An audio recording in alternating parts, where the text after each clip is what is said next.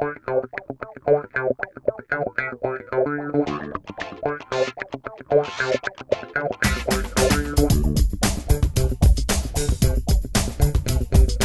m'appelle Iris Roussel, je suis présidente et fondatrice d'Osiris Santé. Notre raison d'être, c'est de participer à l'humanisation des parcours de vie et des parcours de santé des patients et des personnes fragiles.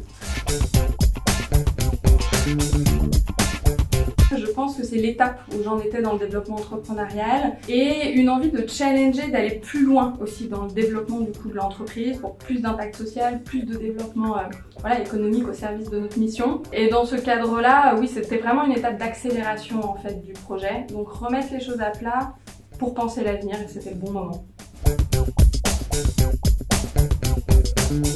J'ai une équipe plutôt jeune, une moyenne d'âge dans les environ 30 ans, donc avec des personnes plus expérimentées. Moi, ça m'a beaucoup nourri.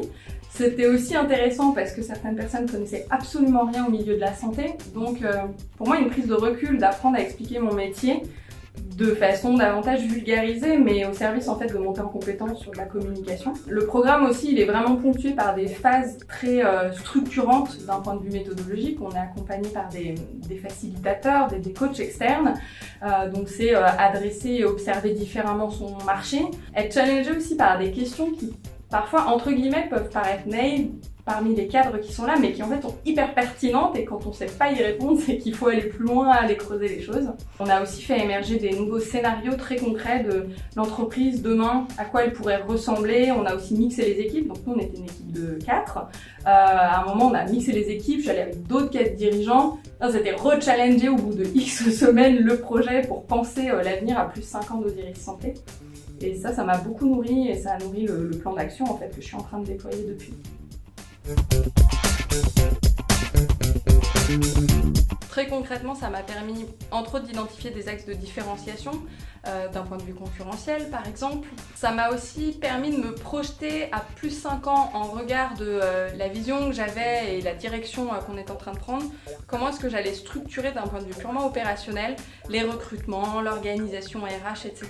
Donc ça a vraiment été très riche. Un résultat non négligeable aussi, c'est que depuis, entre autres, on a contractualisé avec une des entreprises dans laquelle des cadres étaient, à savoir Boehringer. On travaille pour eux sur un très beau projet de recherche sur le vécu des patients sur une maladie rare de la peau. Et puis c'est aussi Boostinov, une aventure humaine.